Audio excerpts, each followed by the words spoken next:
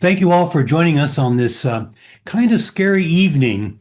So before maybe we do anything else, we could just ask the Lord's gift of peace, that somehow what could come of this evening would not be fearsome, but a blessing, and just to spend some quiet time just asking for that to happen. Should we do that?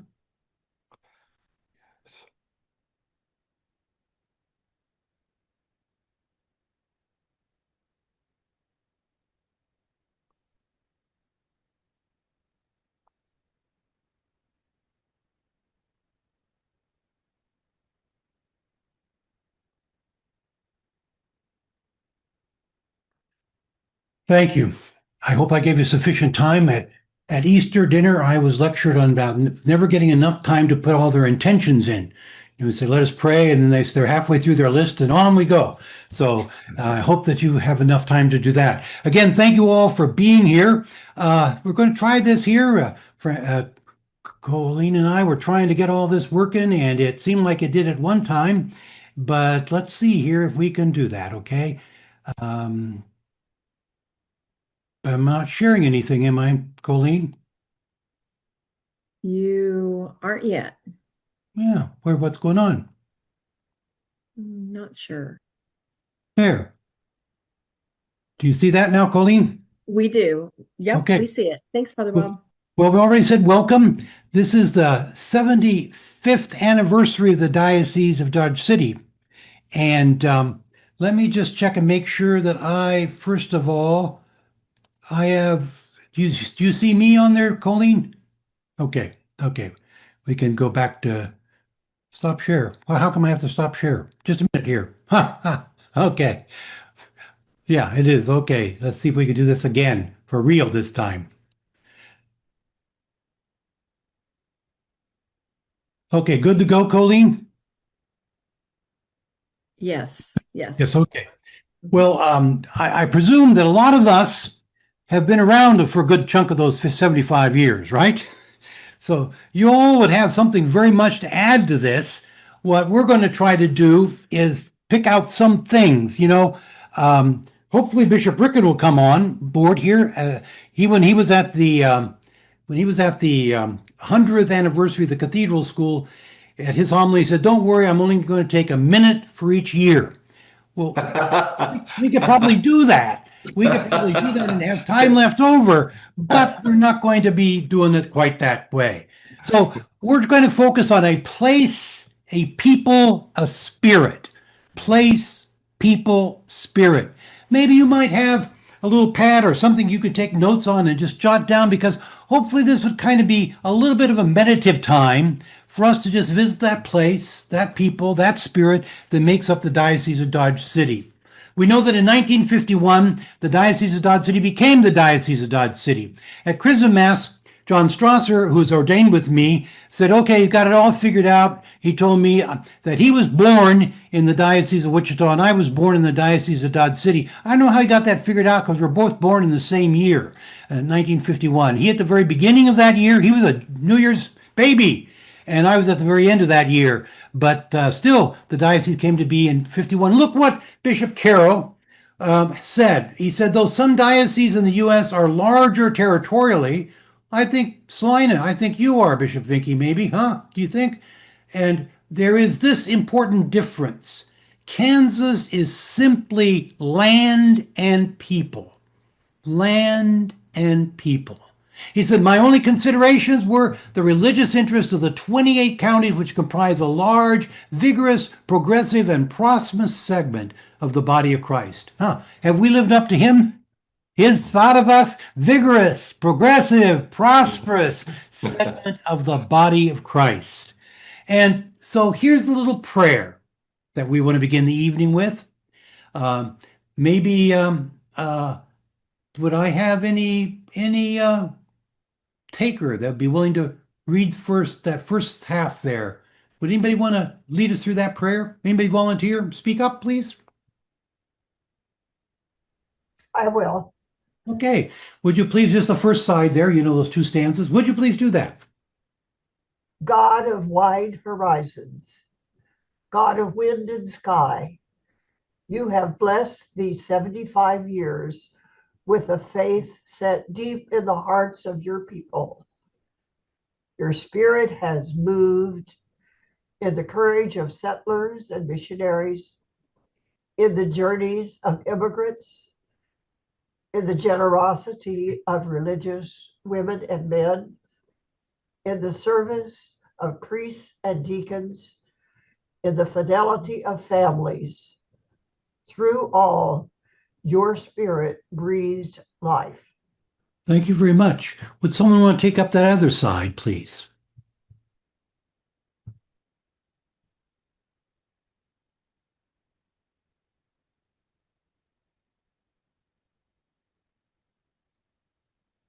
You taught us the wisdom of the land, patience that waits, hope that endures through storms.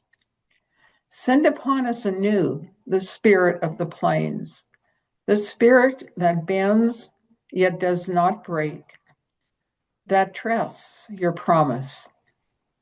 Make our parishes places of welcome, our fields, hearts, fields for your word, our lives a witness to your steadfast love.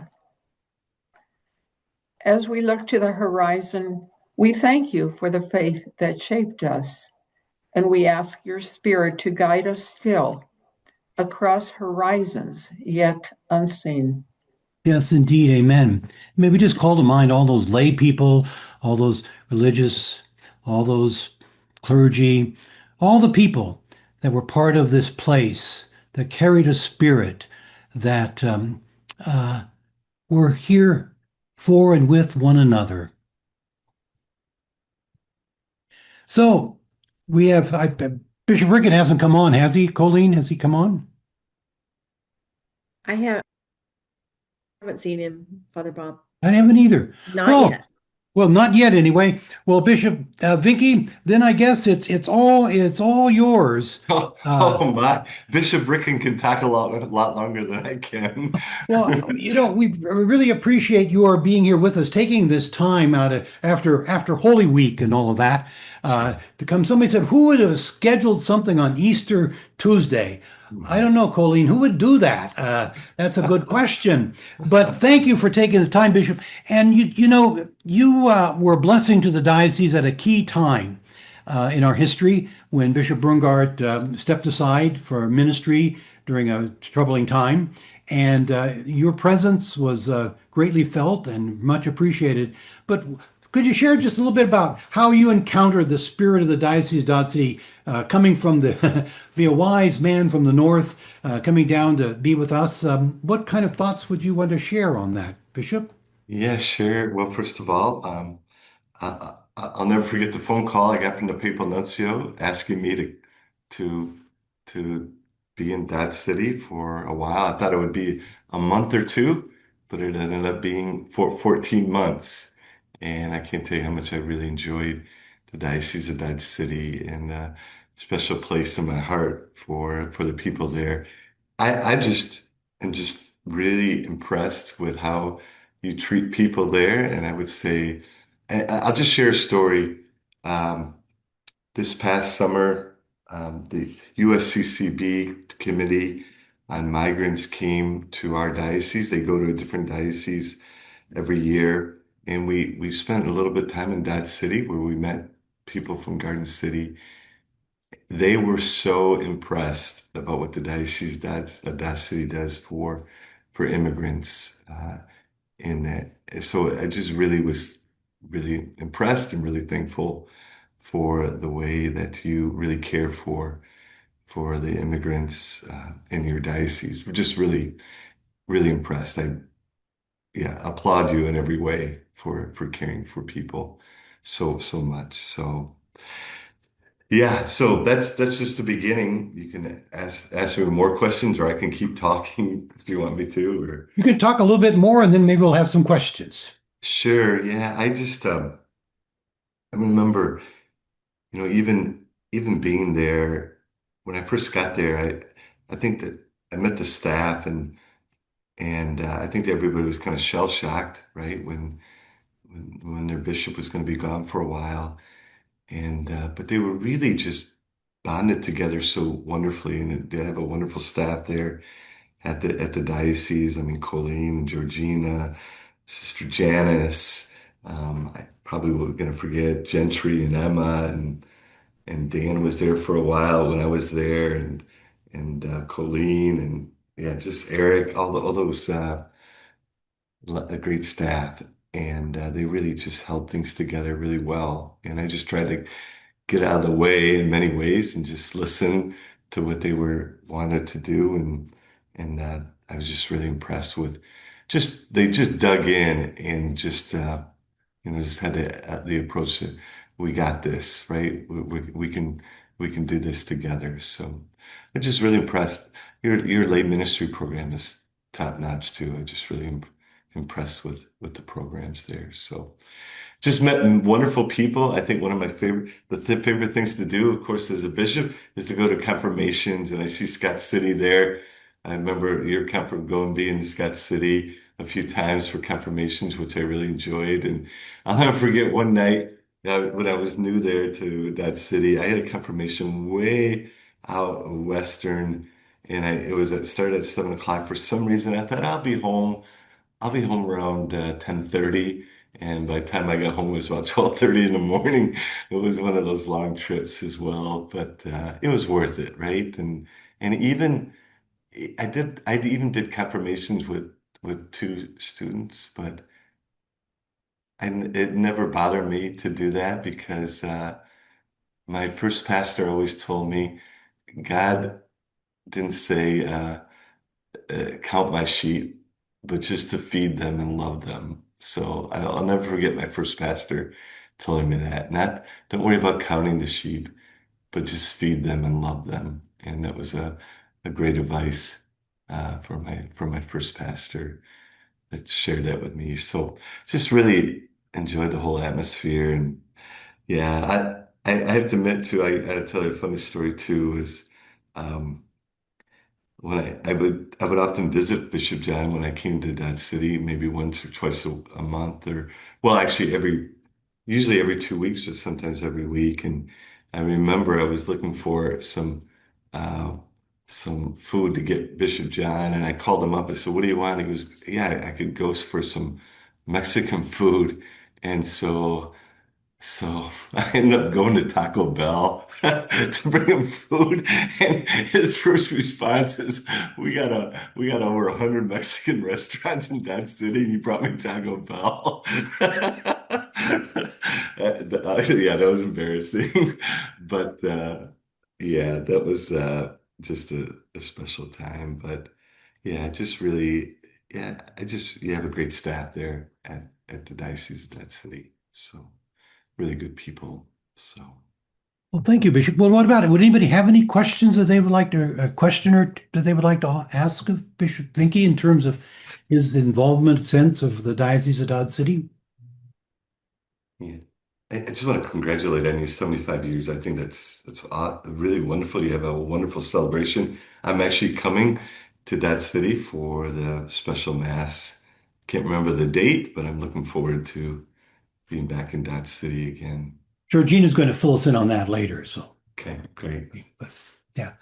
Yeah, yeah. I belonged to a priest group that was a mixture of Salina and Dodge City priests, and during this time they'd always talk about, well, the bishops in the other diocese, the other diocese, the other diocese. That had strange connotations to it, the other diocese. So Yeah. I think they were somewhat jealous of, not jealous or envious of them being shared with us. But anybody with any question for Bishop Vinky? Mm.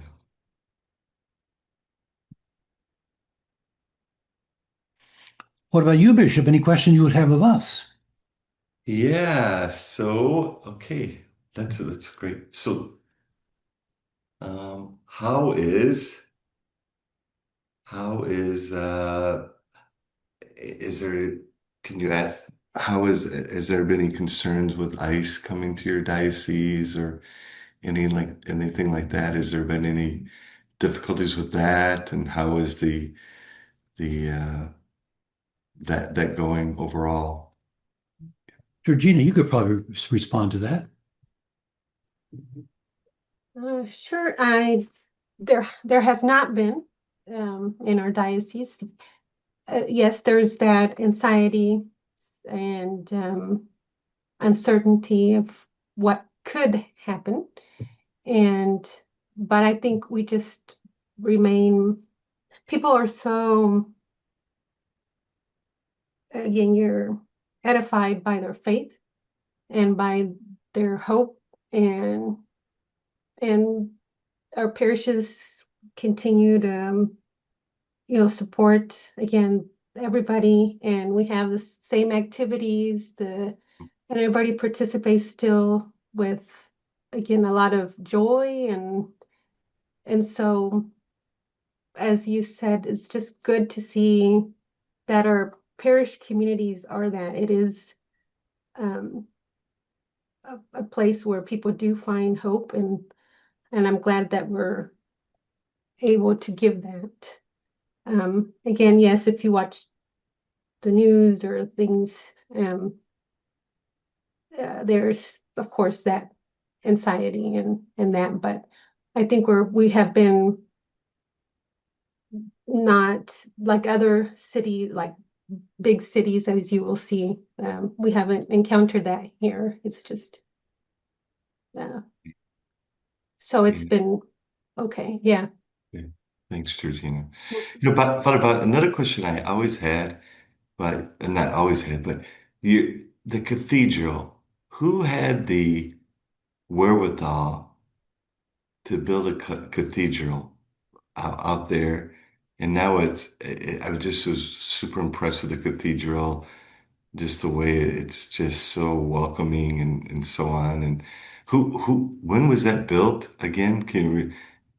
Well, the idea was when Bishop Gerber was here, Okay, you would walk into his office and he'd roll out plans okay. on the table that had the cathedral out there, the chancery out there, the retirement. So he had basically what he had was what he had in Wichita, what he got in Wichita.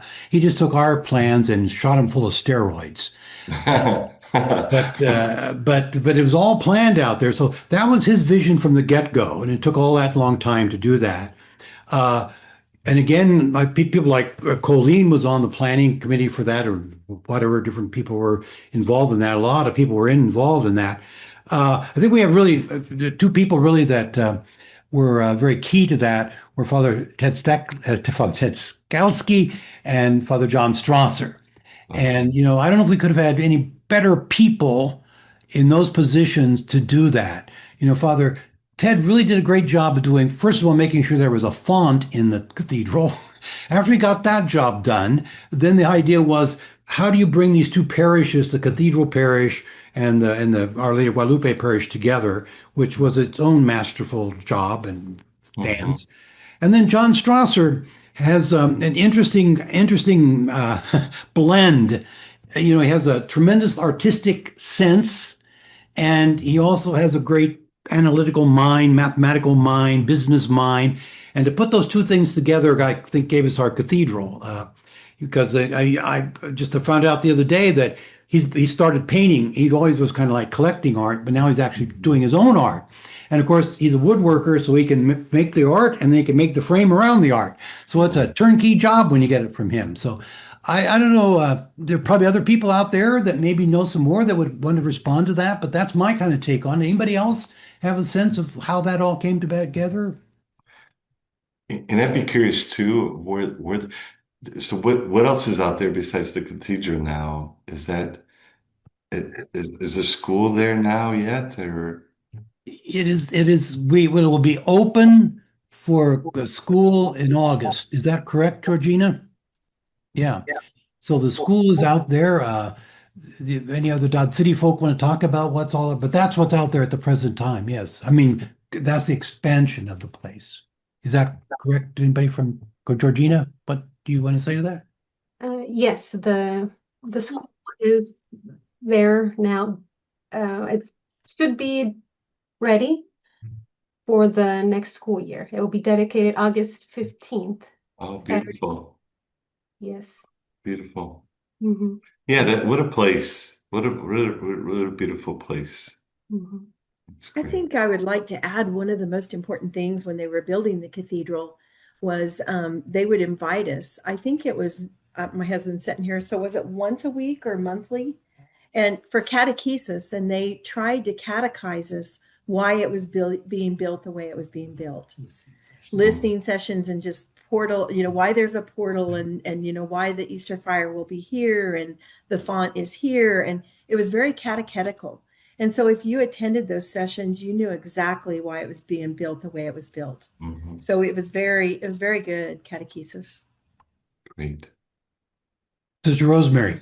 They also continue to talk about faith formation. It's not only a Catholic school, but faith formation, Mhm. which is to include the PSR, Parish School of Religion, because we have many, many students in that. Now, just how that's all going to take place, I haven't heard the latest on that. But that's very, very important.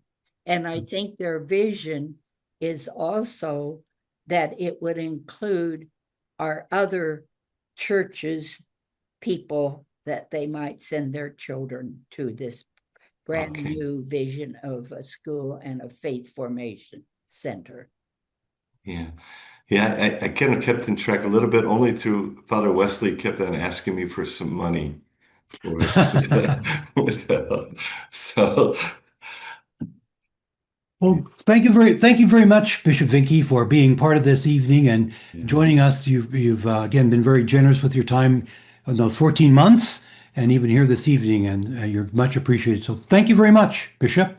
you're welcome. God bless you all, and looking forward to seeing hopefully a lot of you at the Mass coming up. And I think is it in June? September. September. September. Oh, that's that far away. September 12th. Yes. Okay. Saturday, September 12th.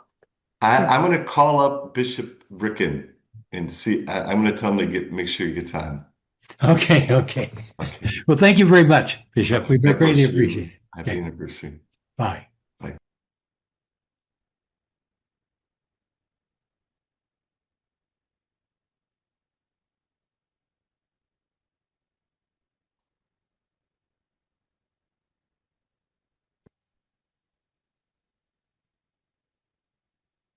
How come it's not coming up?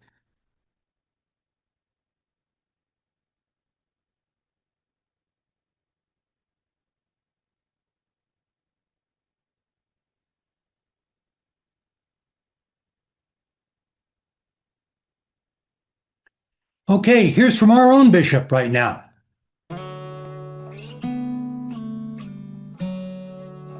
In the heart of the Great Plains, in the southwest corner of the state of Kansas, is Dodge City, sea city of the Diocese of Dodge City. Here in the Catholic Diocese of Dodge City, it's farming and ranching in a big way. I remember going from Dodge City, one of my first weekends, to Scott City, and just driving and seeing the wide open plains. And I thought, thank you, Pope Benedict, thank you, Lord, I'm right at home. So the good farm ranching people, the small towns. Our biggest town is 30,000 people, Dodge City, and we're neck and neck with Garden City, 30,000. We don't have any cities. We don't have a interstate highway going through us. So just the down to earth folks, it's just been a great blessing and just a rich history of the Southwest. So, a place, a people, a spirit, huh? Bishop Brugart said that he was grateful to Benedict putting him in a place where there's just that land and people, bringing up that thought again that Bishop Carroll had in this little book here, the history, the 50th anniversary of the diocese. Bishop Gilmore at the beginning there talks about that only when the church in Southwest Kansas had lived enough and learned enough and loved enough to have a rounded sense of herself, that we can come to these stories beyond counting, stories of men and women, of characters and episodes, of the land and the wind that shaped them all. The overarching story of one tiny rural diocese, how it responds to grace of God and comes to work out its vocation. The stories of women and men and characters and episodes of the land and the wind that shaped them all. So, again, one of the things that tonight we want to look at, in all those 75 years, there's something, and maybe this brings us again to the whole sense of what Pope Francis was attempting to try to get us to think about, was that it's to love God and love our neighbor and love our land, our creation. And there's this novel called Gilead. And in Gilead, there is a guy. He's a old, retiring, aging. John Ames is his name, and he is the Congregationalist minister. And he writes, he's the narrator, and he narrates by writing letters to his son that he's been estranged from. And then there he begins with this thing. He says, "This morning Kansas rolled out." The story takes place in Kansas, of course. "This morning Kansas rolled out of its sleep into a sunlit, grandly announced, proclaimed throughout heaven, into a sunlight, grandly announced, proclaimed throughout heaven. One more of the very finite number of days that this old prairie has been called Kansas. I love the prairie. So often I have seen the dawn come and the light flood over the land, and everything turn radiant at once. Here on the prairie, there is nothing to distract attention. From the evening and the morning, nothing on the horizon to abbreviate or to delay. Mountains would seem an impertinence from that point of view. Here on the prairie, nothing to distract, nothing on the horizon to abbreviate or to delay. There's this book, Prairie Earth, by William East Moon, and he says that whatever else a prairie is, grass, sky, wind, it is most of all a paradigm of infinity, a clearing, full of many things except boundaries. And its power comes from its apparent limitlessness.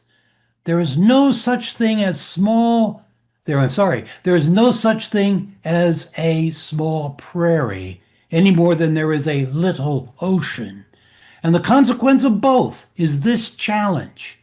Try to take yourself seriously out here. From a mountain, you look down.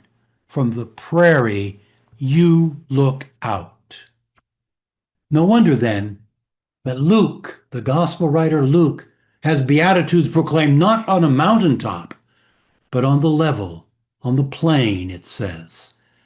Willer Cather here says anyone can love a mountain, Anyone can love the mountains, but it takes a soul to love the prairie. Over time, the prairie leaves its imprint, not only on the soil, but on the spirit, forming lives marked by endurance, humility, and a deep sense of belonging to something vast, shared, and enduring. Living the gospel with a prairie heart, in a spirit of quiet fidelity.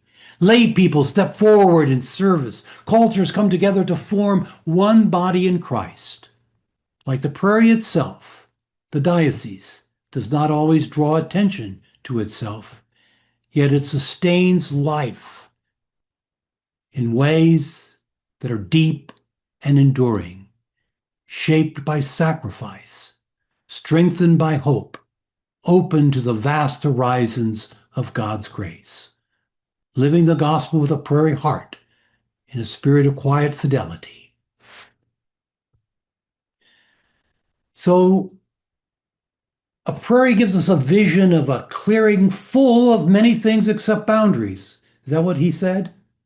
A vision boldly challenging us not to take oneself so seriously that we install boundaries where none are meant to be.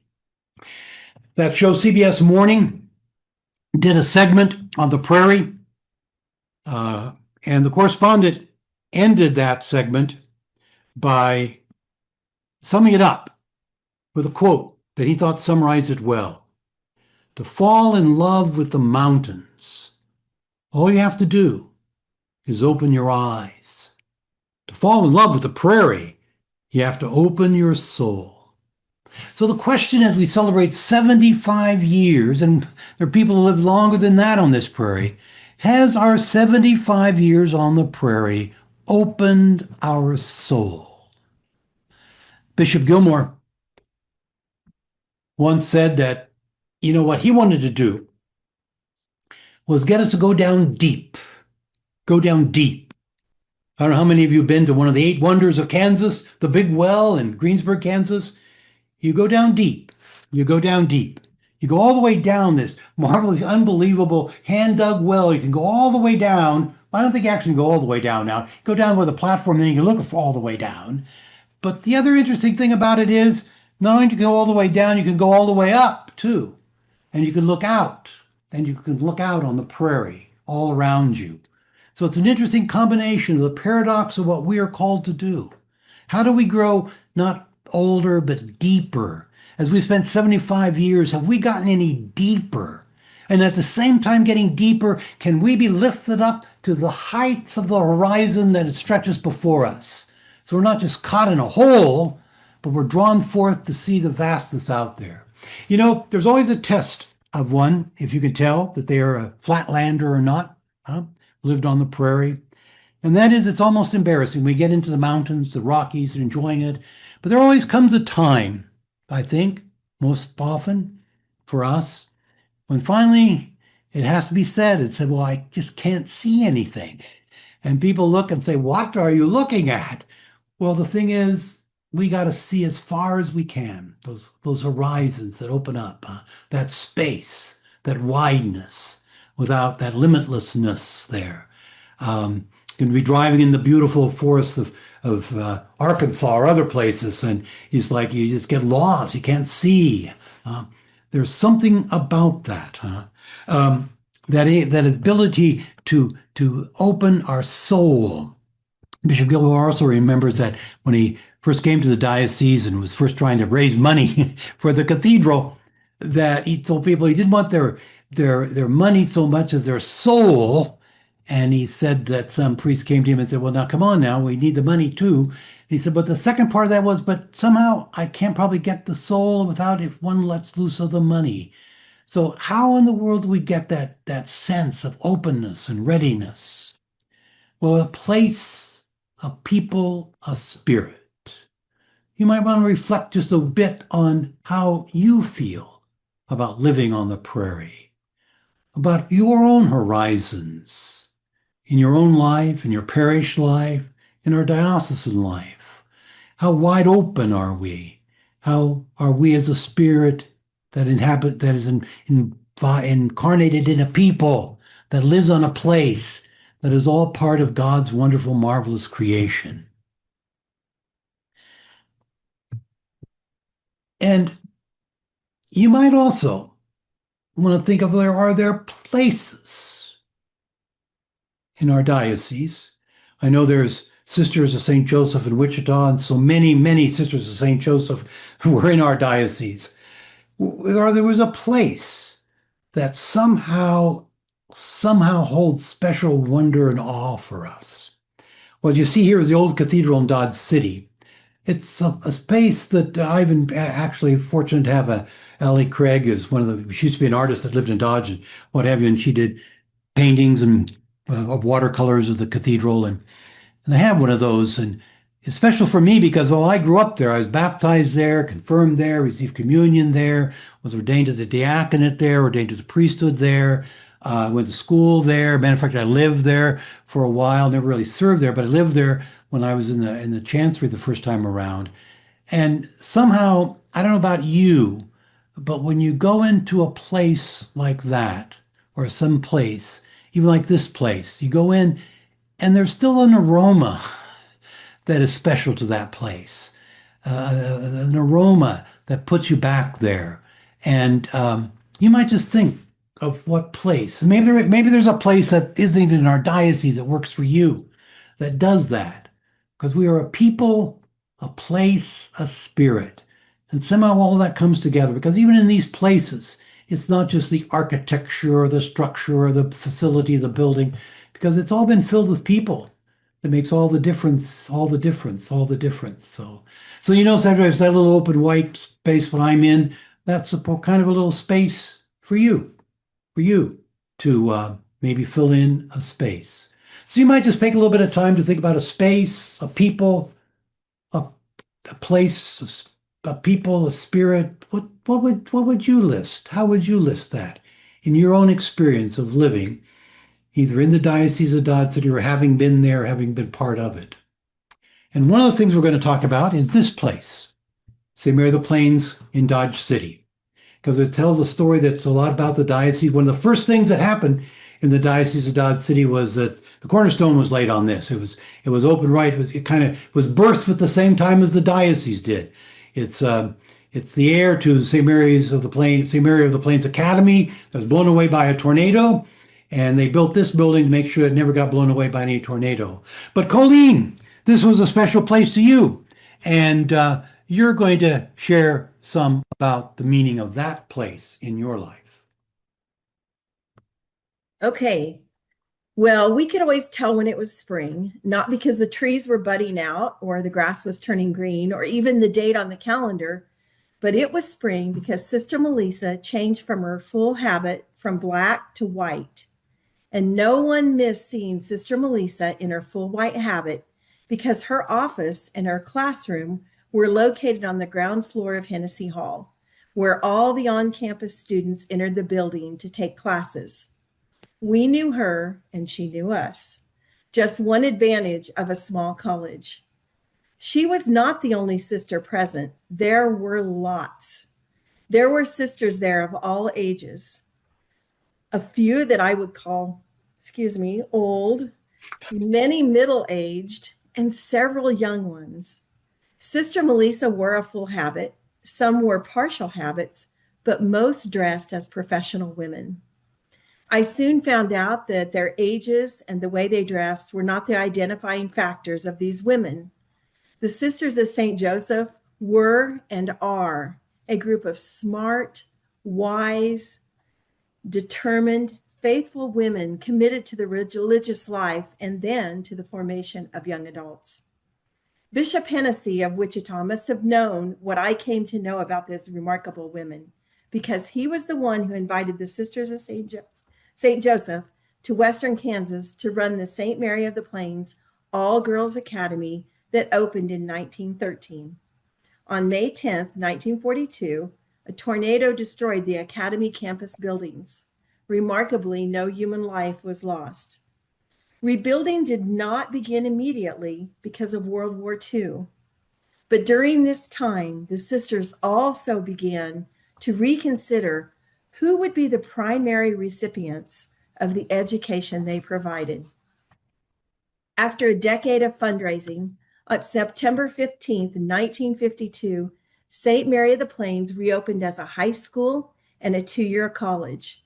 By 1954, the college had become a four-year institution. The high school eventually closed in 1969, allowing the college to focus solely on higher education.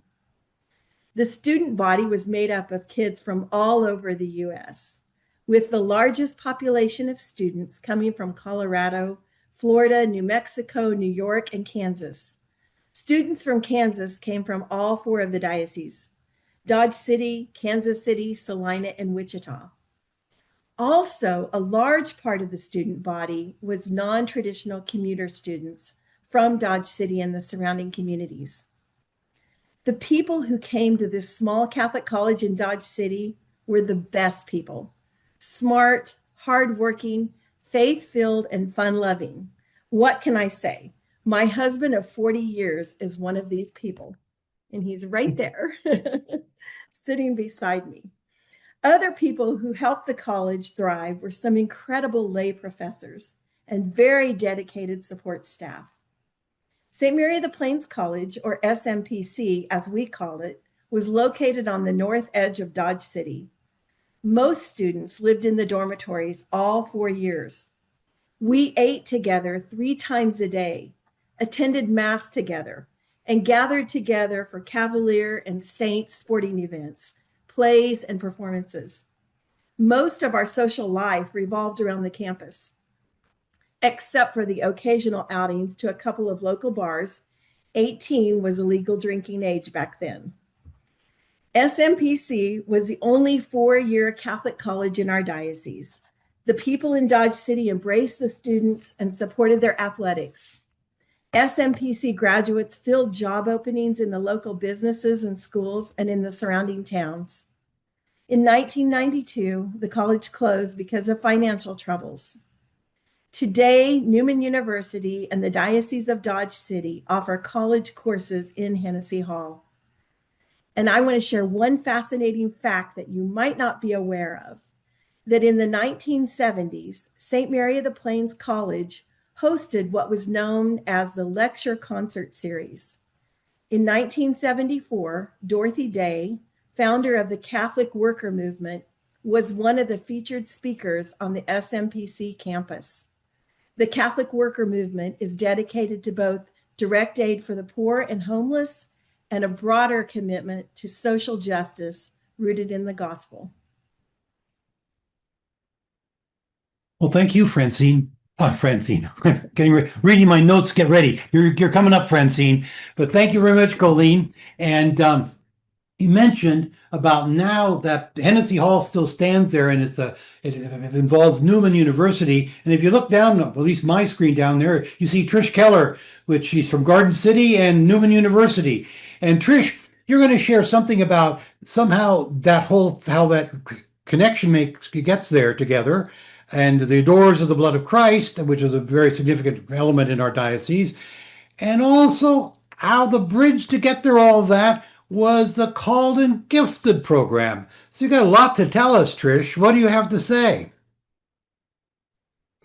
Wow, how to start is the question. Well, I guess I'm going to just kind of pick up Colleen's thread talking about St. Mary of the Plains, because we all know when it closed that Newman took over the teacher training program, the education program, and that was Newman's only presence in Western Kansas. The Adorers, I think, had been sprinkled throughout our diocese. A lot of people called them the Precious Blood Sisters, although that's not exactly what they're called, but that's their spirituality, so they were known for that. And then fast forward to my experience, I came to Garden City in the early 90s, and it was within maybe my first 8 or 10 years here that I attended a Called and Gifted workshop. And that was at the behest of Sister Catherine Therese, who I think is on the call tonight. And we all know that she was an important figure at St. Mary of the Plains. And she said, will you please go to this Called and Gifted workshop at the Dominican Mother House in Great Bend? I think you'll get something out of it.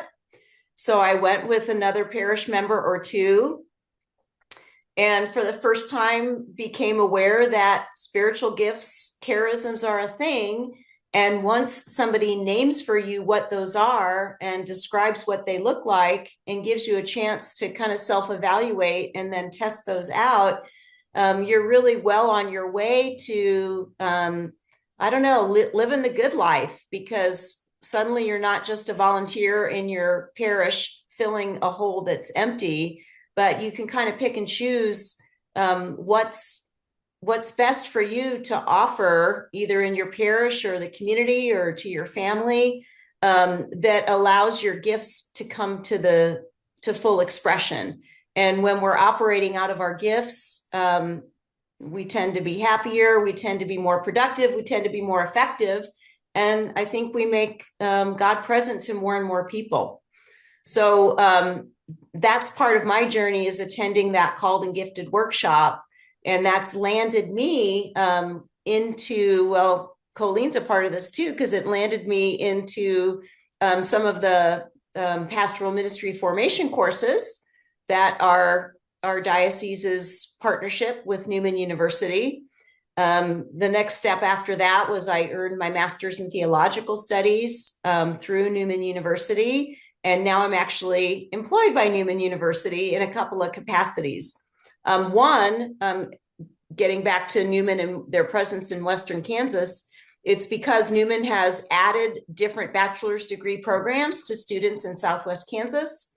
And so they said, hey, if we're adding programs and we're raising our profile, we need to not forget that we have a Catholic identity. So that's my job when we meet potential students or people from the community to talk about our Catholic identity and core values. And then I also teach an online theology class that's populated mostly by students from Western Kansas.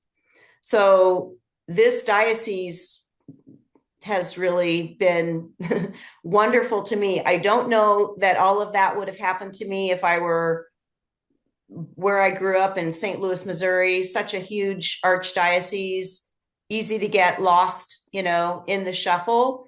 But being under the wing of Sister Catherine Therese, because she was at St. Dominic's, which is my home parish, her experience with St. Mary of the Plains, her encouragement, the work that Colleen has done, and then the Newman partnership with our diocese, all of that has really just been a really nourishing, I guess, soup that I've been able to draw from and share with other people.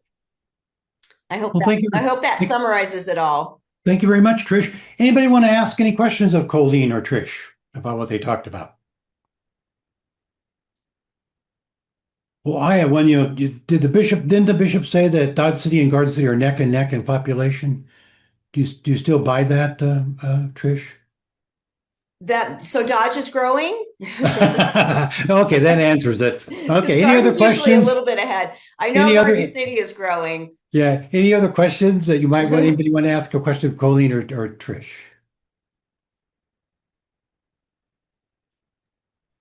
I just have a comment.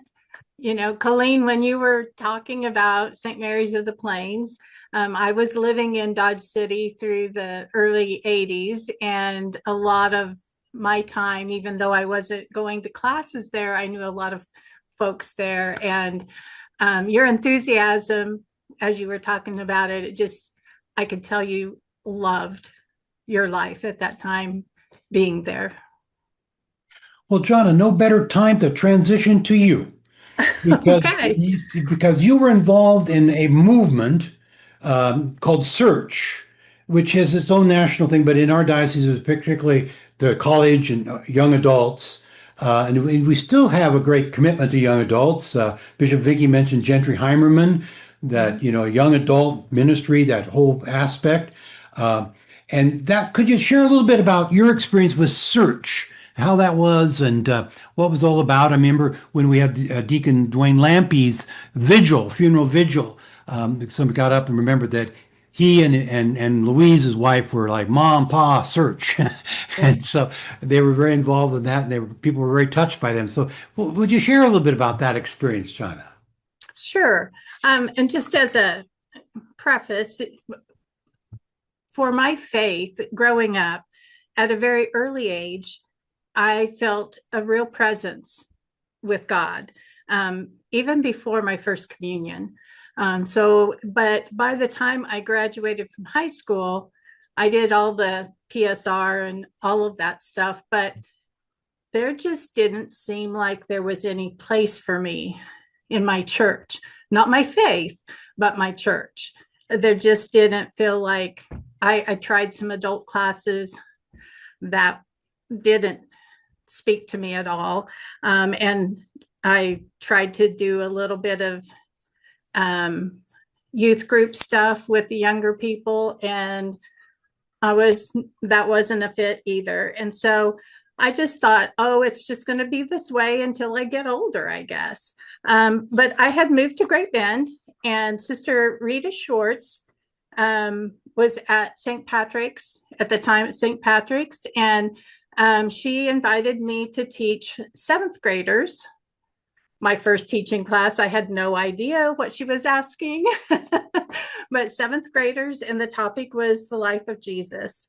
And so by the end of that semester, she invited me to go to a retreat program, handed me a pamphlet, and said, I think you'd really like it. And I said, I'd consider it. And because it sounded really good to me, because that's what I've been asking for, right? I was just really hungry for something. But the registration fee was $20. And at that time, on a tight budget, that was a lot.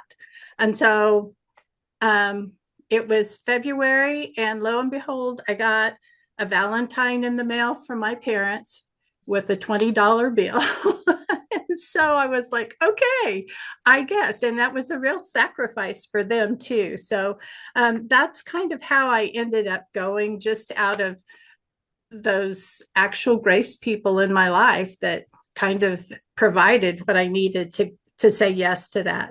So it was a weekend retreat program, and it was done at St. Rose School. And a team of young adults would go in and revamp the classrooms into one classroom would be a chapel, one classroom would be actual presentation area. Other classrooms might be the dormitories, or the what else did we need? We had to have some place to eat. So they changed that. They just transformed the whole school into our own space. We did not have any connection to the outside world at all. At that time, they took our watches because that was a big deal. And now it would be phones, right? So we didn't have any kind of outside communications, and there was presentations throughout. So like a lot of other retreat programs, there would be somebody who would give a talk, and then we would have some activity for us to express what we received during that talk. The best thing about it is it was for my age. It was for my people. It was for people just like me. And growing up in St. John, I had like 3 classmates that were Catholic at the time. So, because we hadn't had our Catholic church here very long. And so having a whole group of people my age who believed the same and were yearning for the same type of things, it was just a real awakening to my spirituality. It also gave me an avenue for ministry, which I had that with Sister Rita. She sure brought me in, but the retreat setup was so much more satisfying to me. I grew spiritually by being a part of the retreat teams, and as it turned out, it was the very first search in our diocese. The Salina diocese brought it to us. So young people in the Salina diocese chose to give up their weekend and come and spend it with us and bring us that retreat program and minister to us. And we had a snowstorm and nobody could leave. And so we got an extra day, and it was just such a blessing because there was nothing planned for that extra day. And so it was just a great, great blessing to have that extra time with those folks. And they came to our diocese and did probably 2 more searches. And by the end of the 3rd one, basically there were enough people who had made the search here that they could put together retreat teams from there. Let me think.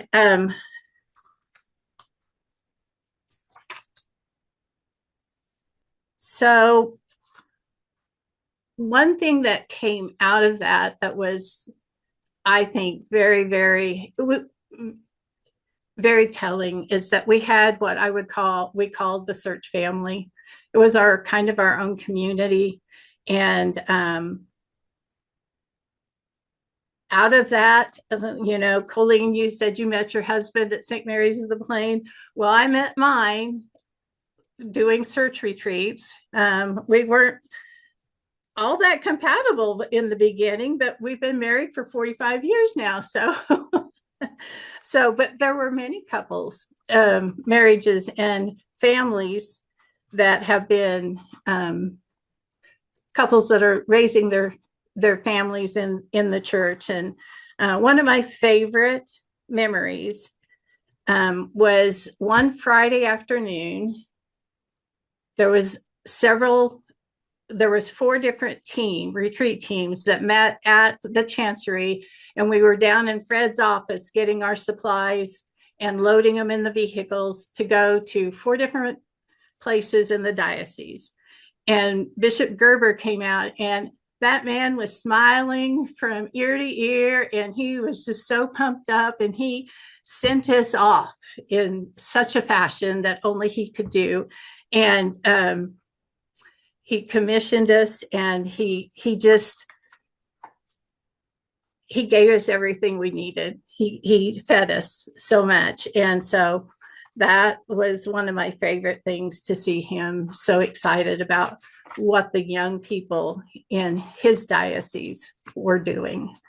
So there's so much more. I could talk all night about what it did in my life. And if you ask anybody that did a search who had never done any type of retreat program before, they're going to remember that weekend more than anything, changing their perspective on their spirituality.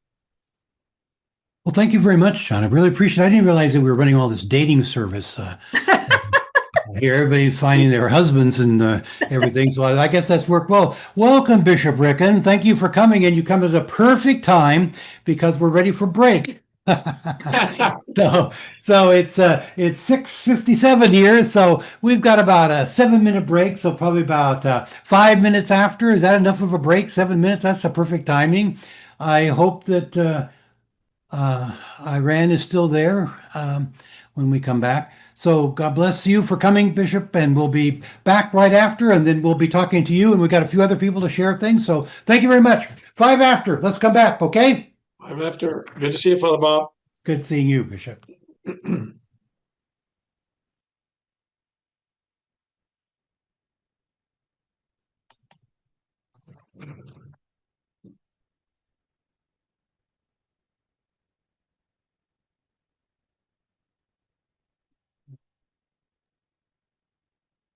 Yeah, he looks great, doesn't he? He really looks good. Yes, you. Better turn that voice off there.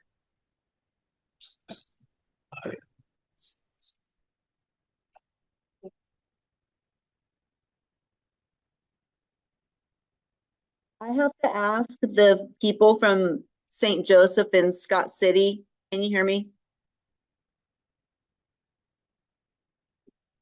Okay, well, this is Dee Dee Duell, and I wanted to find out if there's someone in the room with you by the name of Eileen Powers.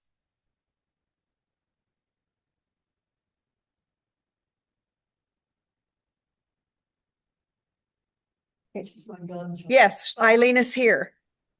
Hi, Eileen. When are you coming to see me? I know. I probably this summer. If you can see in the room here, my sister Sherry and brother Steve are the ones sitting. Well, you can't see Steve. There he is. See Steve and Sherry? She's probably. No, Steve just their camera went out. Anyway, I had to say hi. I will come to see you, I promise. I have to say hi to my friends in Scott City, Kansas, too. This is St. Joseph West in Arizona. Hi, Lil. Hi, Eileen. Hi, Father. Hello. Carolyn. Hey, hi, Karen. Hi, Gail. Oh, hi, Janet. Hey. Hi, Gail. Hello. When are you coming home? I'm coming home at the end of April or beginning of May, right in there. I usually come home at Easter, but a funny thing happened on the way to church. They had so many people asking to become Catholic after their OCIA program started, and in January, that the priest here wanted a couple people. He asked me and a fellow who's going to seminary to do a crash course OCIA. So I'm going to stay through April to do that. So that's why I'm here. And otherwise, I'd be home at April. And fortunately, we have a lot of videos and good things. But in the meantime, I'm getting some golf in on the side, and I've been to the pool. But you guys are as warm as I am today. I think we're both in the 80s. We're both in the 80s, right? So anyway, it's good to see you all. I look forward to coming home soon. Good to see you. Yeah. Good to see you. Very nice to see you. Okay, perhaps we could begin coming back together again. Appreciate, of course, Colleen is very involved with adult formation and works at the Chancery as Director of Adult Formation, parishioner at the Cathedral, and also, Trish is, as she mentioned, in Garden City and with Newman. Jonna is at the St. John in St. John, and is very involved with the Catechesis Good Shepherd at the present time. Matter of fact, she's packing this evening to go off to level 15 training or something in that, and so we appreciate them. And Georgina, you're our moderator of the Curia, and maybe you could talk to us a little bit just about, we'll get back to Cursillo later, but a little bit about the two celebrations that people could go to or be participating in for our 75th. One is on the 12th of September and one is on the 5th of December. Is that correct? We kind of reverted to these a little bit. Could you tell us a little bit about both of those, please, Georgina? Sure. Yes. So, of course, yes, we're celebrating the 75 years of the diocese, 2026. So for that, we have planned two celebrations. One, September 12th, as as Father Baum mentioned. And so that is kind of like our main celebration, for us, all of us to come together to celebrate the anniversary. The September 12th date was chosen because that was when the first bishop was installed, Bishop John Franz, September 12th, 1951. And then also 10 years later that day, September 12th, 1961, Our Lady of Guadalupe was proclaimed the principal patroness of the diocese. So that has a special place for us too. So September 12th is the day. And so we would hope for sure that day we'll have mass and we'll have, of course, share a meal together, times for confession. And the hope would be that every parish would send, make it a pilgrimage, I guess, a pilgrimage experience. Come that day to the cathedral. And throughout the whole year, we've been encouraging the parishes to hold and have a celebration at their parish for their patron, in honor of their patronal parish, feast for their patron, and then in celebration of the anniversary as well. So that day is when all the parishes would come, September 12th, and make a pilgrimage. And so that's the main one on September 12th. The mass would be at 10 a.m. So already, if you could start planning, and hopefully every parish can be represented there that day. And then the second celebration is December 5th. So again, we're encouraging all the parishes to have a celebration in honor of their patron. So for us, on December 5th, we will celebrate the patroness of the diocese. So that would be Our Lady of Guadalupe. And of course, we can't have it September 12th because nobody would fit in the cathedral. We would have to be outside, and there's just no way. So that to really be a diocesan celebration, we're going to have it on December 5th.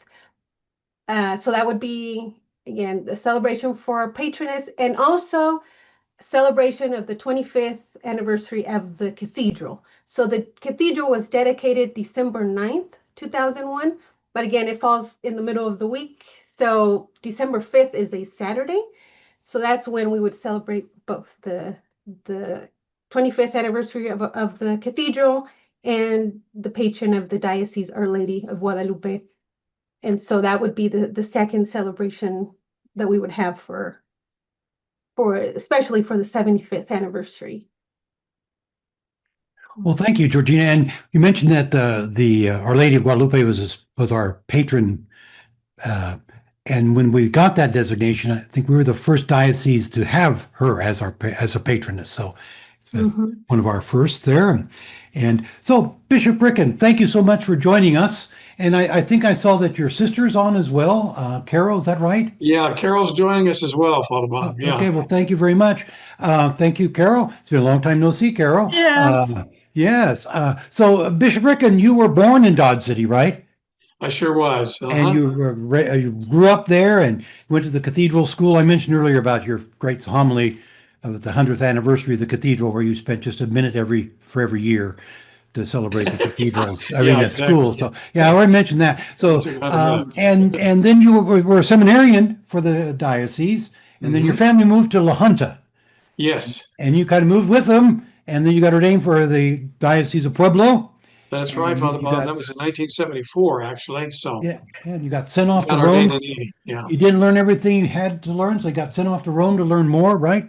Right, exactly. Yeah, and then you came back, and then they sent you back to work your way out of Rome, which you did, huh? Exactly. You got out of Rome to Cheyenne, Wyoming, right? There you go. I was ordained by John Paul II in 2000 and sent to Cheyenne. Told me to get out of Dodge. No. And you got all the way to Cheyenne, okay. And then you made it to Green Bay, right? Right. 2008, I was transferred here to Green Bay. Been here ever since. Yeah. Yeah. And you won't believe this. I maybe will believe this, but a while back I pulled out an old book, and this thing here fell out of it as a bookmark. Oh, and this was a vocation thingy that you worked on. I don't know if you ever remember this. Yeah, you and I did that together, right? Yeah. Huh? You and I did that together. Well, you did it, yes. And you're in there as a very young person, but also we should actually publish this, because you would not believe a picture of a young Ted Skalski. I mean, he's svelte and everything right there. So, and interesting enough, you titled this thing here, Call to Compassion. And believe it or not, now our motto is Filled with Compassion. So I think we've come full circle on that. Well, Bishop Ricken, what would you say your memories of the Diocese of Dodge City were? What does it mean for you to be from the Diocese of Dodge City? Well, it's a real honor to be here, Father Bob. Thank you for asking me. And 75 years since the founding of the diocese. That's incredible. I love Dodge City, always have. We moved there because my parents bought my grandparents' farm in the early 70s. But we always loved Dodge City, that's for sure. My dad was a railroader. Carol, my dad was a railroader. Mom was a registered nurse. And we grew up there and enjoyed a very stable childhood, I would say, a good family life. Nothing's perfect, of course. But what I've always loved about Dodge is the down-to-earth people, the humility of the place, really good, solid people there. And I've really enjoyed that a great deal. Also, the example of faith in Dodge was incredible. Sacred Heart Cathedral School and in the Cathedral Parish, tremendous examples from the lay people and the priests. I remember Bishop Monsignor Grellinger so well, Bishop Forrest, of course, and then also Father Tamont, Monsignor Tamont, Father Barr, Monsignor Preisner, all these wonderful priests that accompanied you and me, Father Bob, in our journey. And what a great gift that has been too. So, and then people's commitment to the faith was always strong, I noticed. The people of Dodge too are down to earth, really speak truth and live it to the best of their ability, and they give life their best. And that's so really encouraging. And there with all the struggles that we all have these days, it's good to know there are people in Dodge continuing to live the faith and pass on the faith to the next generations, which I think there's a lot of signs of hope these days. Some of the younger generations are really catching on to the faith a lot more, and it's beautiful to see signs of hope building throughout the country. So anyway, that solid foundation, I'm always so grateful for with regard to our upbringing in Dodge. I had an older brother, Mark, who passed away in 2014, and he moved to Colorado as well, and began a job as a superintendent of schools after a teacher for quite a while, and spent a lot of his career being superintendent in two places, one in southern, one in northern Colorado. So that was in the public school systems, but he was always very devoted to the faith as well. So anyway, it's been a great journey. I attribute a lot of that to our terrific upbringing and the good people of the Diocese of Dot City. Well, thank you very much, Bishop Ricken.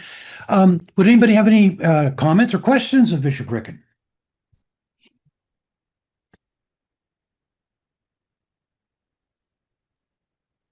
I just wanted to comment, Bishop, that Father Barr was really instrumental in my life when he was a pastor at our parish.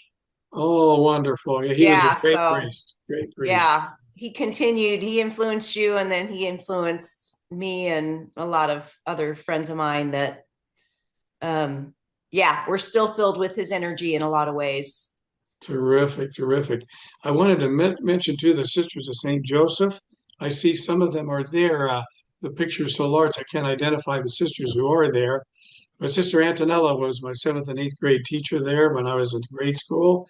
And she's been so faithful through the years, and she's been at every major event I've had. So it's been great to be with her and to know her and to know the other Sisters of St. Joseph, whom I've had the privilege of being educated by and formed by.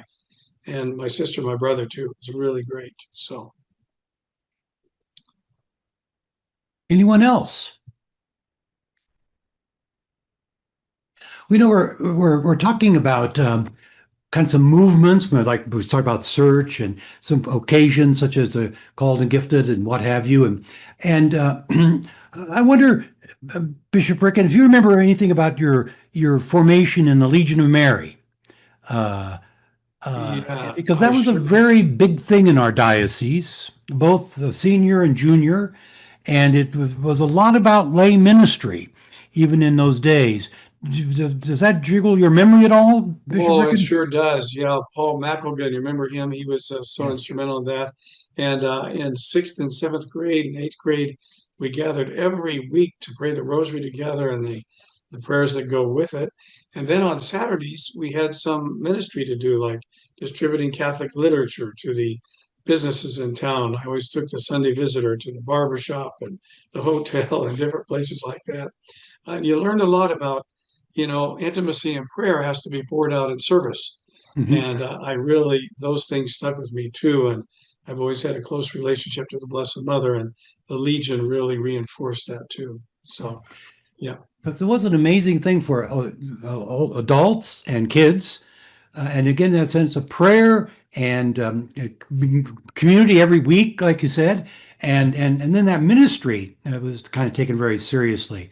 And so I think those, when you look back at the threads of formation and ministry, that's one of the things that comes to my mind so very, very much. Anything else for Bishop Ricken? We can't express our thanks as much as we should for you to take this time with us and to join us. And it's a privilege. Your time is precious, as we mentioned, Bishop Vinke. Somebody Tuesday of Easter week So I hope you got a little bit of recovery and that you spent some time with us. Is a great privilege to have you here. So thank you very much. And thank you, Carol, for joining us as well. You're welcome to stay, or we know you're very busy and all of that. So please feel free. Take care. I'll stick around for a while. Yeah. Okay. Thank you very much. Well, Georgina, we'll go back to you. And one of the things that has been very significant, we're talking about, as we just said about the Legion of Mary, one thing about really significant about creating spirituality and ministry and community, particularly in our diocese, although it's not necessarily just a Spanish or any language or any culture thing, but Cursillo. But in our diocese, it is so, and had been so very key in the whole Latino community. So, Georgina, I understand that you went to, how did this work? I thought the wives had to go first so the husbands they could go to Cursillo. But in your case, it was the other way around, wasn't it? Yes, No, and explain that to us, I'll please. explain that. Yeah, and we had actually, so my husband and I, we had already been married 2 years, and he was invited to live a Cursillo retreat. And again, it was by parishioners of the cathedral, still very dedicated to this day, who encouraged him and said, uh, and at the time, we were newly married 2 years. Like I said, we didn't know how to find a place. The cathedral is such a big place. And we didn't, we would go to mass and that was it. And we just couldn't find a place. And my husband, thanks be to God, he was invited to a Cursillo retreat. And after that, like 2 months later or so, I went because I did. I saw not only in him a change, but just how we were embraced by all who were involved in the Cursillo, and we had found not just the place, community, the people. So, and most of them were older, or they could be our parents or grandparents, but somehow we felt like we belonged. So the Cursillo retreat, I'll tell you a little bit about it just so you kind of know. It is a movement in the Catholic Church, and it's not just in the U.S. It's in various countries throughout the world. And in our diocese, yes, it has only been in Spanish. I think there was one in English, but we've never had a team to actually have it, to be able to have it in English. So it's always been in Spanish. The Cursillo, its official name is Cursillos in Christianity, which is like a short course in Christianity. And it was founded in Spain somewhere in the 1940s. And what is the purpose of the Cursillo? It's always a famous saying, the Cursillistas say, make a friend, be a friend, and then bring a friend to Christ. They say that a lot. We say that a lot. And it starts out with living a weekend. It's a 3-day weekend where one can have a personal encounter with oneself, with Christ, and with others. The weekend includes talks given by priests, deacons, lay people. And I think some of you here are familiar maybe with the Acts retreat. The Acts retreat took some of the key elements from the Cursillo, and that's how the Acts retreat came about. So the Cursillo has some of those elements. And so again, it was founded in Spain, and it came to the U.S. in 1957 in Waco, Texas. And then how it came to our diocese was, which I didn't know actually.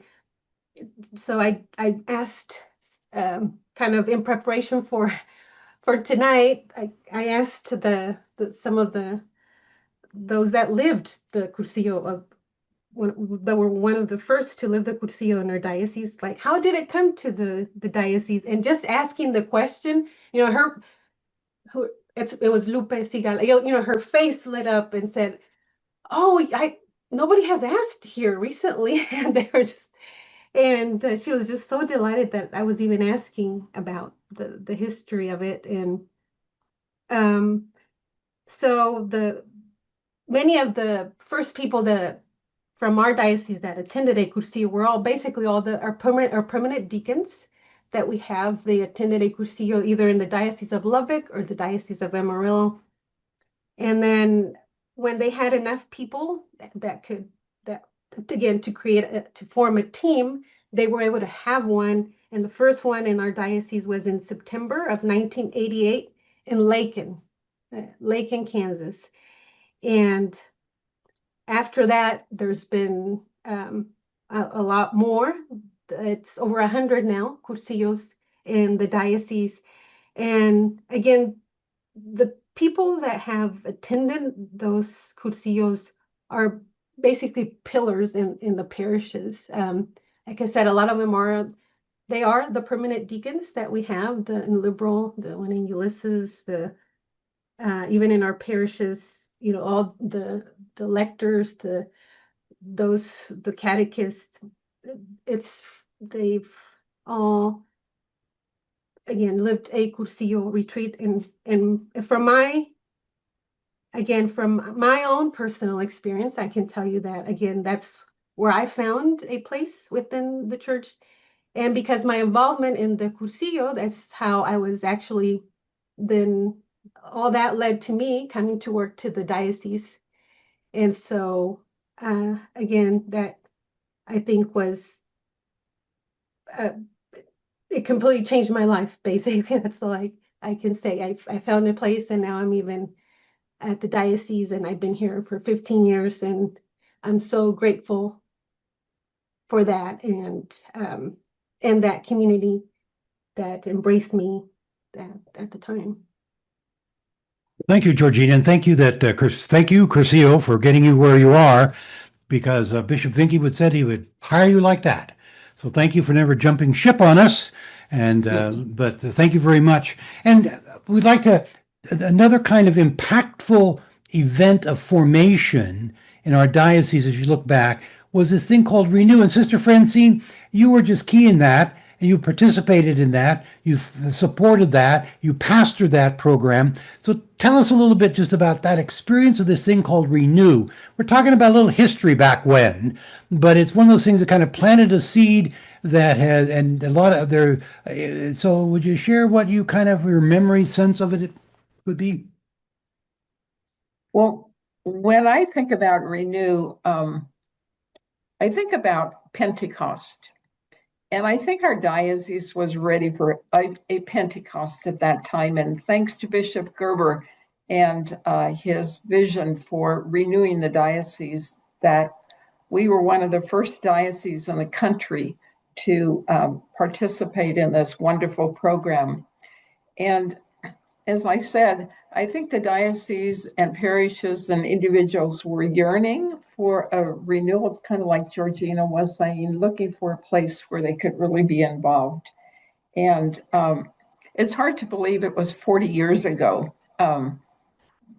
When I think about those wonderful days of faith groups being formed in parishes, we trained leaders to be faith group leaders. And the commitment people made to participate for 3 years, 6 semesters, and really being formed in their faith. To me, to this day, I think of what a renewal our church would be if people had that kind of commitment to renew their own faith life. And so I remember days of compiling lots of books and handing out books for small groups for their faith sharing, for scripture sharing, for praying together, traveling from Tribune to Ellenwood to Medicine Lodge to St. Mary the Plains to the far ends of the diocese. There's one little story I remember.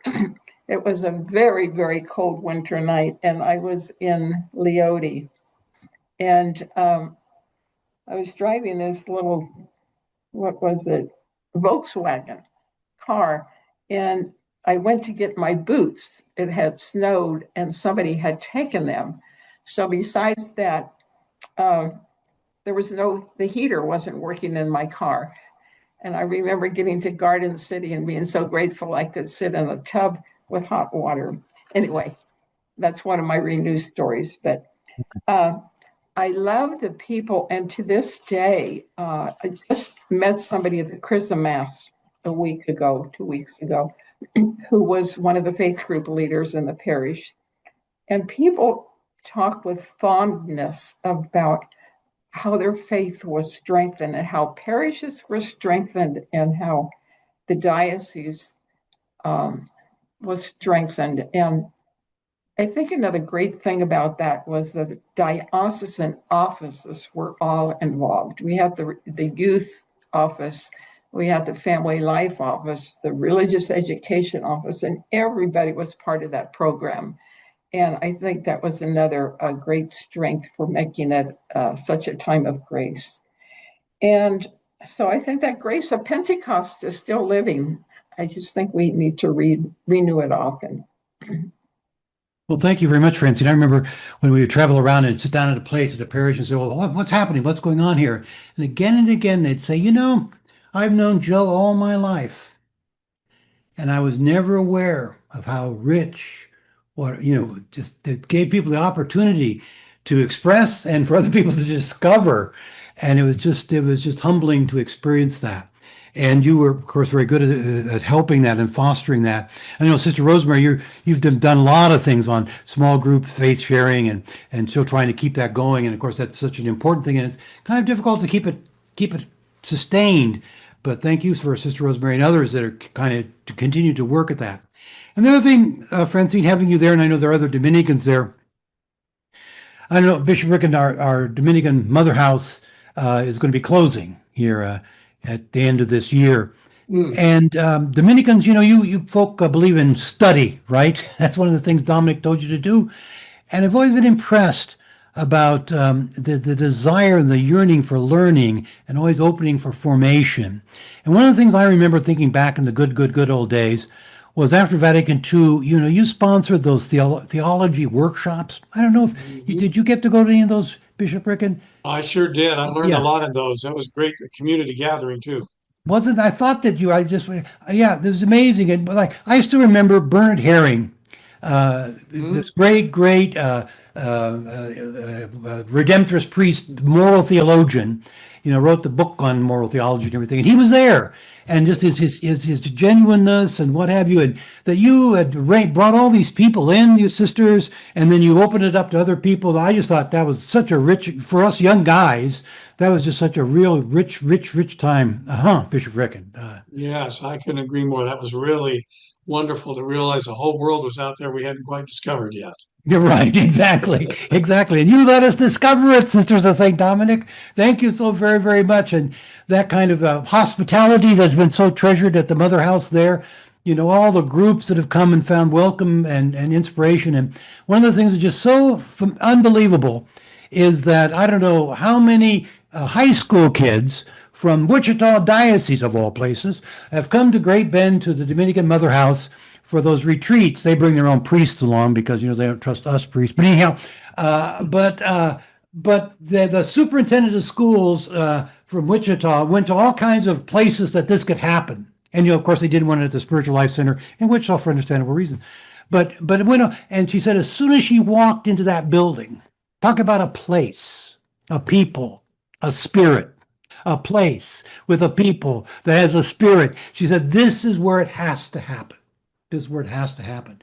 And all the reports are that the kids just find it just so impactful because it is a place with a spirit that's filled with people who have that spirit that fills that place. So what a gift you have been and will continue to be, I'm sure. So bless you very much. So we can take a look at a few things here real quick.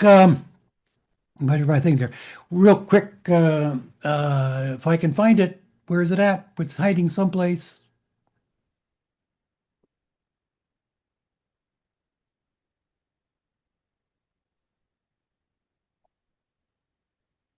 Okay. So there we are. Colleen shared about St. Mary of the Plains and Sisters of St. Joseph. Trish Keller shared about the Called and Gifted and Newman and the Adores the Blood of Christ. Jonna brought up Sister Rita Schwartz or Adore the Blood of Christ, key in that, and the whole thing about that search experience. And Georgina talked about little Cursillo and how to let her. And Sister Francine remembered Renew and gave us a little bit of opportunity also to talk about the Dominican sisters. So the Dominicans, the Adorers, the Sister St. Joseph. I know the other communities of sisters have been through and in and out, and new ones here, but those three have just been, it's so essential to the life of the Diocese of Dodge City in so many ways. Even pastoral ministry formation is a continuous, is part of the inheritance that we get from the Adores of the Blood of Christ. And so God bless you all. Thank you so very much. Renew. Francine talked about that. Here's what Bishop Gerber said again, that it says, my judgment, the single greatest blessing was Renew. And he said the people were ready, the program fit, and we had leadership, and put all, again, just saying what Francine said. And again, we were the, well, depends on how you calculate it. Newark was first, Steubenville was second. We were actually third, although Milwaukee always knows us in there, says that they were third. Cursillo shares fundamentals of being Christian. Personal and spiritual vocation, while fostering groups of Christians who leaven their various environments with gospel. Georgina is a product of that, and what a blessing that we have her in that position. And then search, provide an opportunity to think, talk, question, and wonder about life and faith in an accepting and challenging environment. It was an opportunity to experience God and family in a personal, real way, like Jonna was mentioning. And again, Trish talked about that called and gifted. That we understand and allow ourselves to be aligned with the purpose that God has for us. We are energized, fulfilled, and God's love can flow. And we have had, I think over 1,000 people go through the Called and Gifted workshop. And I know that Salina is planning this next year to do a big push on that Called and Gifted. So these are movements that are not just about people. Yes, that's key, but people with spirit that took place in these various places in this place, which we call the Diocese of Dodge City. So here we have another thing, another element that Bishop Brungart is going to offer us. More recently, we've had a large immigrant population, mainly from Mexico, from Guatemala and other countries. And more recently than that, we have a lot of refugees coming to work in the meatpacking plants, the hospital systems, and so on. So a lot of diversity. People wouldn't guess that in the Southwest Kansas.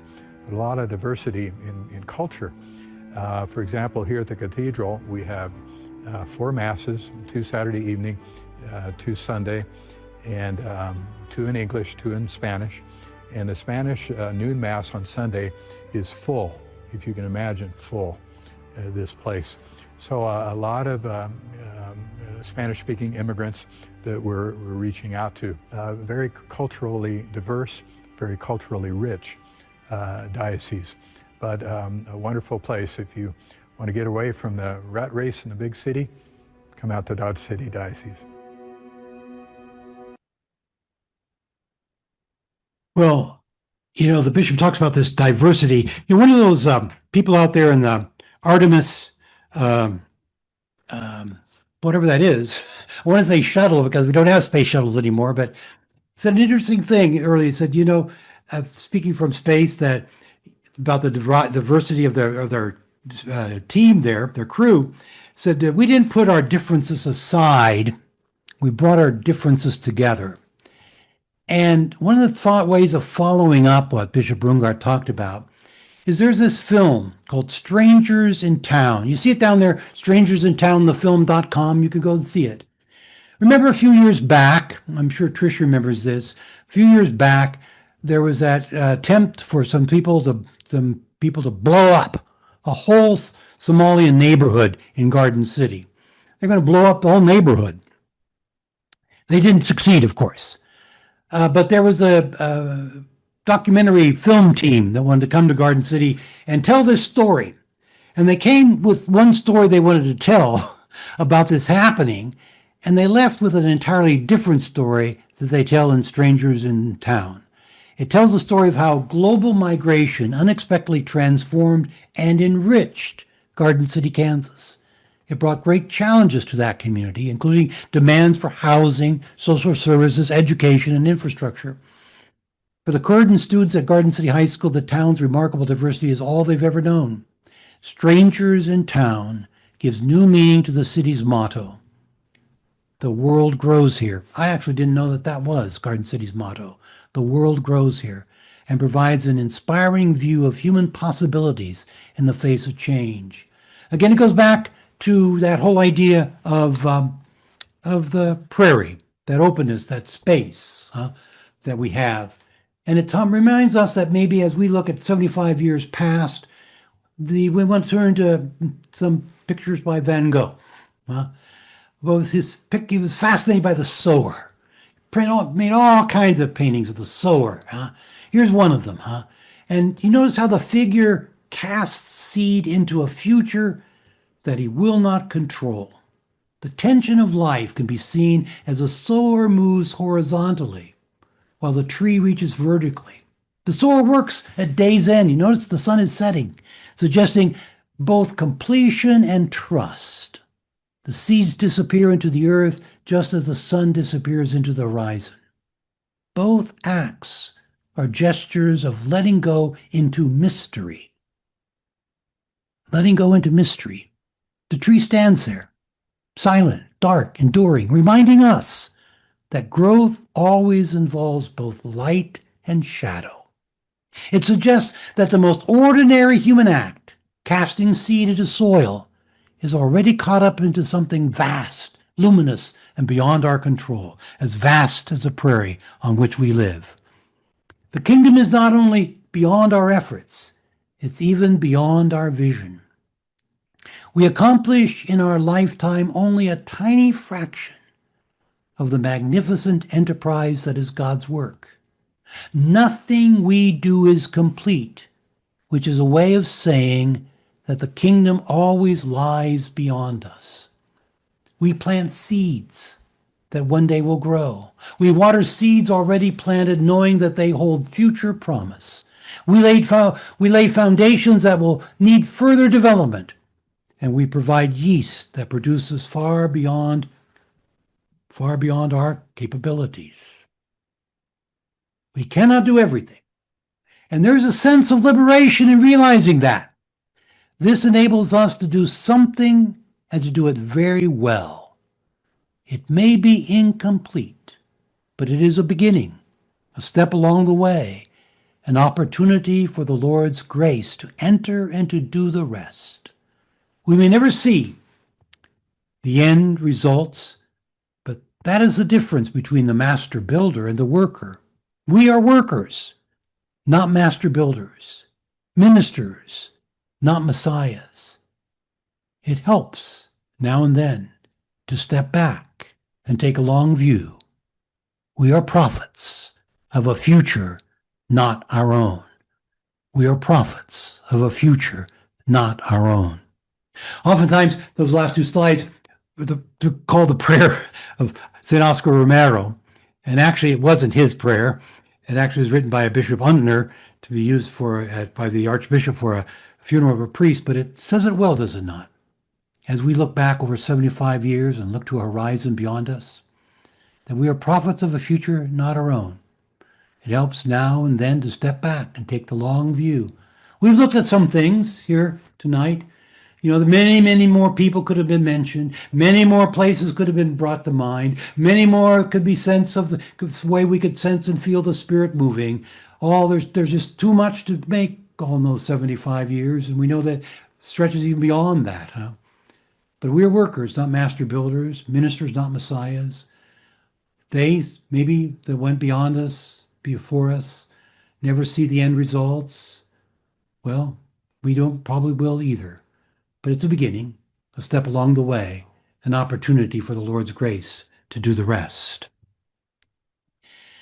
One of the threads that we've attempted to pull out in all of this has been the idea of adult faith formation.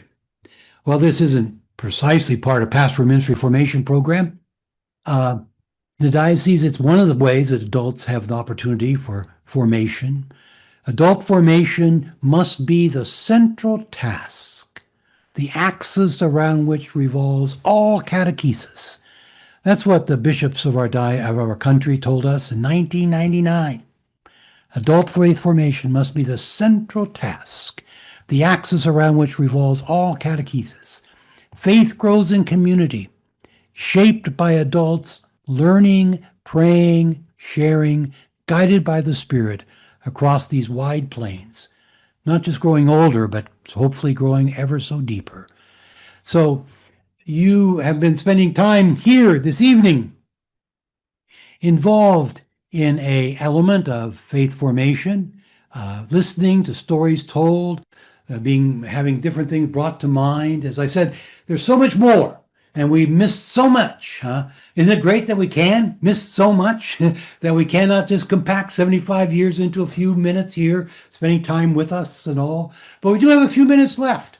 If there are any comments, any questions, or if you want to say, hey, what about this person? What about that place? What about that spirit? If we could have a little sharing, offering that as a way of expressing our thanks as we bring it all together.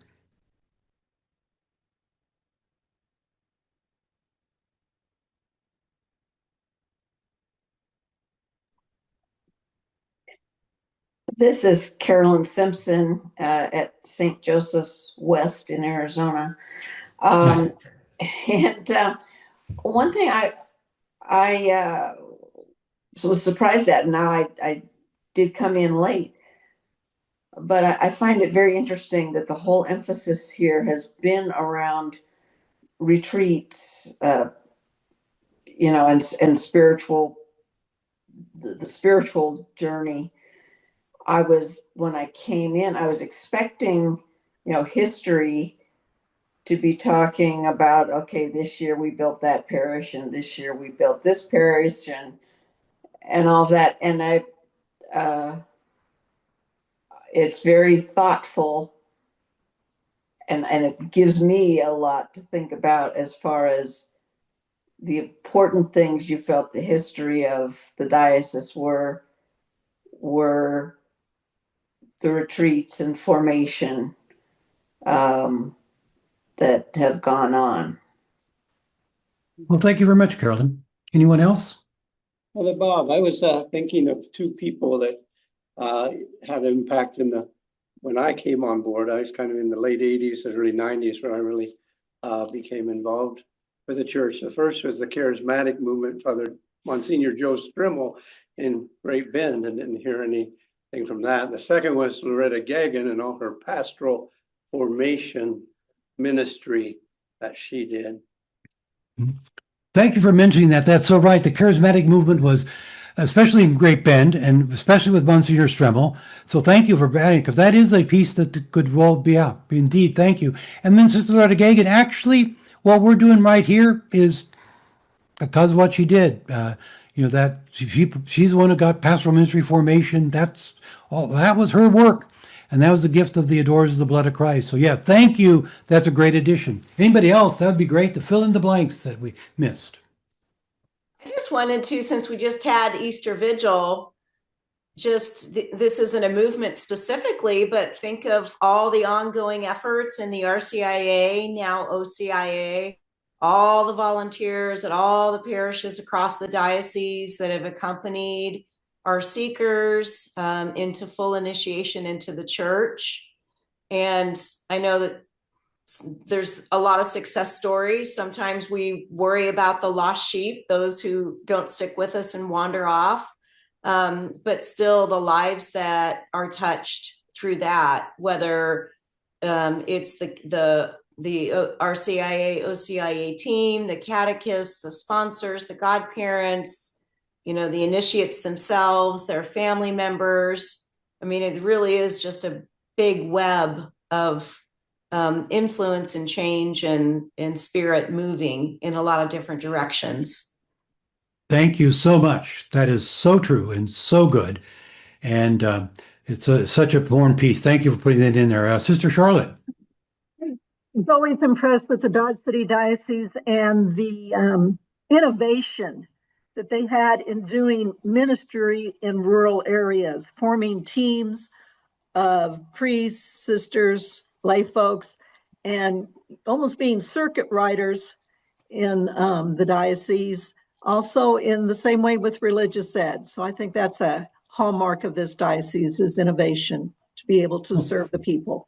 Yeah, thank you for mentioning. Yes, we had team ministry. Some of those people that were on here were part of that team ministry, priests and sisters working together in a whole cluster of parishes.